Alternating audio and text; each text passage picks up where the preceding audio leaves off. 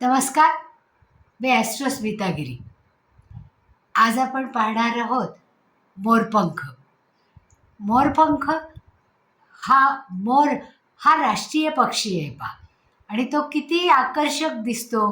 त्याचा पिसारा फुलून पावसाळ्यामध्ये जेव्हा पाऊस पडतो त्यावेळेस तो आपला पूर्ण पिसारा गोल करून छान नृत्य करतो. किंवा पाऊस येण्याची चाहूल आपल्याला सगळ्यात आधी मोर नाचायला लागले की कळते, आणि पाऊस पडणार आहे याची सूचना हा मोर आपल्याला देतो. त्याचप्रमाणे मोर आणि लांडोर. लांडोर ही म्हणजे स्त्री मोर, की जी पांढऱ्या शुभ्र रंगाची असते.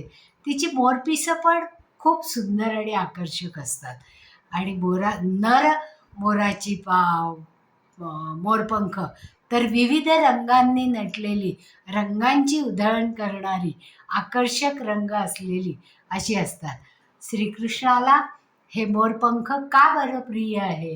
कारण मोरपंख हे अयोनी जन्मातून झालेले आहे, म्हणून श्रीकृष्णाने ते आपल्या मुकुटामध्ये धारण केलं आहे. कारण ते अतिशय पवित्र आहे.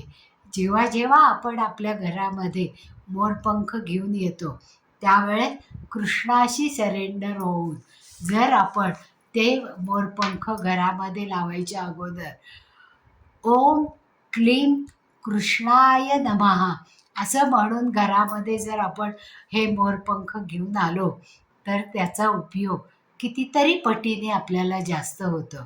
कारण ते सिद्ध होतं. कारण जसं कृष्णाच्या मुकुटावर हे मोरपीस आहे तसंच ते सिद्ध झालेलं मोरपीस आपण जेव्हा कृष्णाचा जप करून आपल्या घरामध्ये घेऊन येतो किंवा लावतो त्यावेळेस त्याचा जास्तीत जास्त फायदा होतो. आणि मोर नाचताना आपण सगळ्यांनी पाहिलेलं आहे पहा. आणि त्यावेळेस जे जुने झालेले मोरपंख असतात ते गळून पडतात, आणि ते गळून पडलेले म्हणजे त्याच्यात जीव नसतो पहा, ते मोरपंख आपण आपल्या घरामध्ये साठवून ठेवायला पाहिजे. जसे आपल्याला मोरपंख आवडतात तसंच कार्तिक स्वामींनाही मोरपंख अत्यंत प्रिय आहेत. म्हणजे जेव्हा कार्तिक स्वामींचं कार्तिक पौर्णिमेला कृत्तिका नक्षत्रावर दर्शन घेतात त्यावेळेस हे मोरपीस कार्तिक स्वामींना वाहण्याची प्रथा आहे, की ज्याच्यामुळे कार्तिक स्वामी हे प्रसन्न होतात आणि आपल्याला आशीर्वाद देतात. आता या मोरपंखांचा उपयोग आपल्याला काय काय होतो? मोरपंख आपण घरामध्ये कुठेही लावली किंवा कुठेही ठेवली तरी चालतात, पण जिथे कृष्णाचा फोटो आहे तिथे ती जास्त सजीव होतात. किंवा देवघर आपलं जिथे असेल तिथे जर मोरपंख ठेवले तर त्याचा जास्तीत जास्त उपयोग होतो. आता या मोरपंखाचे जर खूप मोठे असतील तर छोटे करून आपण जर ते मोरपंख 3 मोरपंख हे जर आपण घेतले, कारण आपल्याला आपल्या जीवनामध्ये खूप अडचणी असतात पहा, आणि हे मोरपंख आपल्या जीवनातल्या अडचणी दूर करतात. म्हणजे गव्हर्मेंटचा जॉब हवा असेल, पैसा हवा असेल, रिलेशनशिप चांगली ठेवायची असेल, शेअर मार्केटमध्ये प्रगती करायची असेल, त्याच्यातला प्रॉफिट वाढवायचा असेल, सक्सेस मिळवायचं असेल, कॉन्सन्ट्रेशन वाढवायचं असेल, किंवा जॉबमध्ये प्रमोशन मिळत नसेल, किंवा बिझनेसमध्ये वाढ होत नसेल, काही अडचणी येत असतील, नेम आणि फेम मिळवायचं असेल, प्रसिद्धी आणि नाव कमवायचं असेल, किंवा वास्तुदोष घालवायचा असेल, तर या इतक्या सगळ्या गोष्टींसाठी या मोरपंखांचा उपयोग होतो. तर आता आपण एक एक करून त्यांचा उपयोग कशा पद्धतीने होतो ते पाहूयात. आता गव्हर्मेंटचा जॉब खूप लोकांची इच्छा असते पहा, की आपल्याला गव्हर्मेंटचा जॉब मिळावा म्हणून. पत्रिकेमध्ये त्यांच्या ग्रहांचं प्राबल्य हे हवंच, पण त्याचबरोबर जर परीक्षा दिल्या असताना त्या पास व्हाव्यात आणि गव्हर्मेंटचे जॉब, कारण MPSC किंवा UPSC देणारे खूप विद्यार्थी असतात पहा.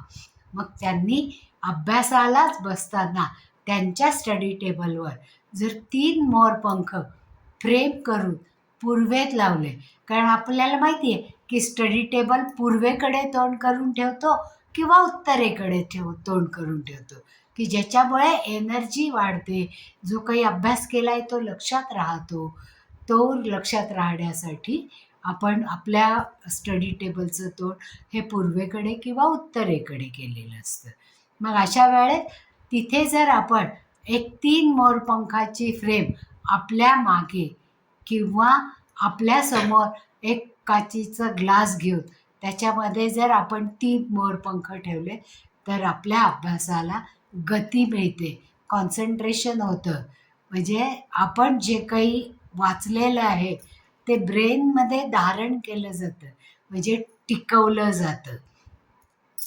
आता ग्लासमध्ये ठेवायचं तर ते उभी राहिली पाहिजेत की नाही, मग त्याच्यासाठी थोडे तांदूळ किंवा पेबल्स घालून किंवा पांढरे गोटे असतात पहा, नर्मदेतले गोटे जसे असतात तसे, ते जर घालून आपण ते उभे केले त्याच्यामध्ये 3 मोरपीस तर ती जास्त उपयोगाला येतात.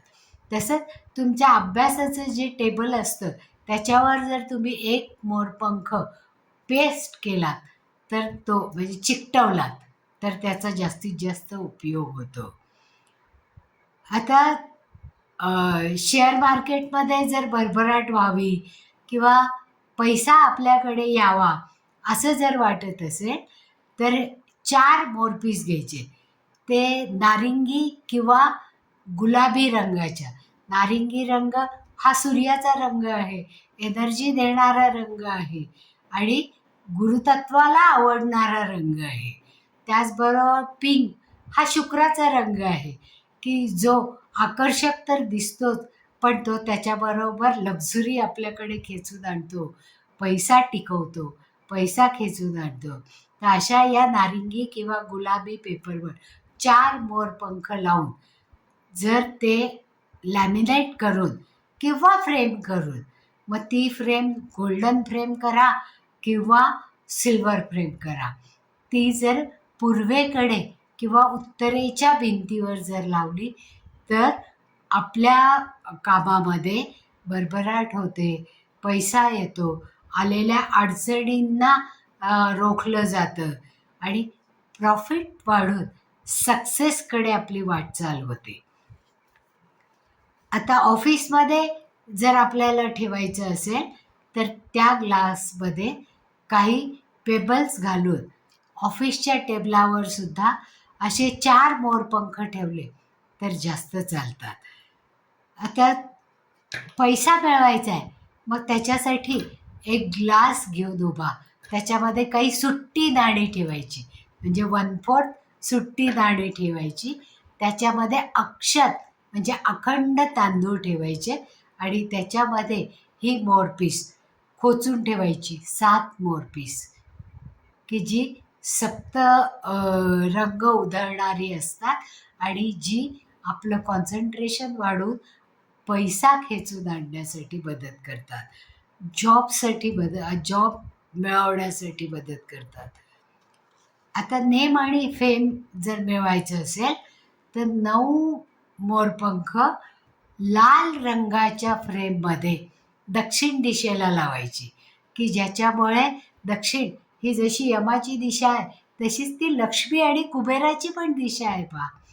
त्याच्यासाठी ही 9 मोरपंख लाल रंगाच्या कागदावर चिकटवून त्याची जर फ्रेम केली आणि ती दक्षिणेला लावली तर आपल्याला प्रसिद्धी आणि नाव आपलं कीर्तिमान होतं आणि पैसाही येतो. आता आपल्याला सगळ्यांना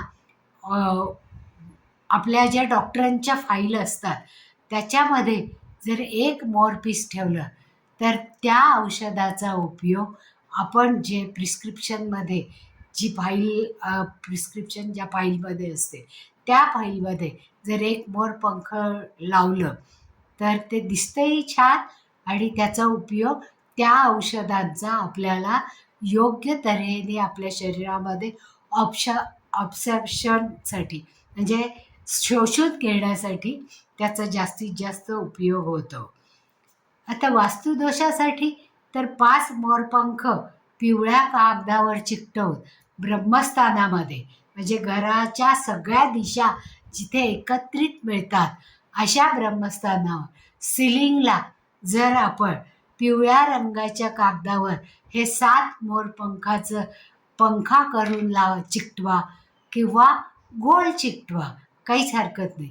ती ब्रह्मस्थानात जर लावली, कारण ब्रह्मस्थानातून मिळणारी एनर्जी ही सगळ्या घरभर पसरते आणि मग असं छतावर जर लावलं तर ते जास्त एनर्जी पसरवणारं असतं आणि सगळ्या घरामध्ये ती एनर्जी पसरवली जाते.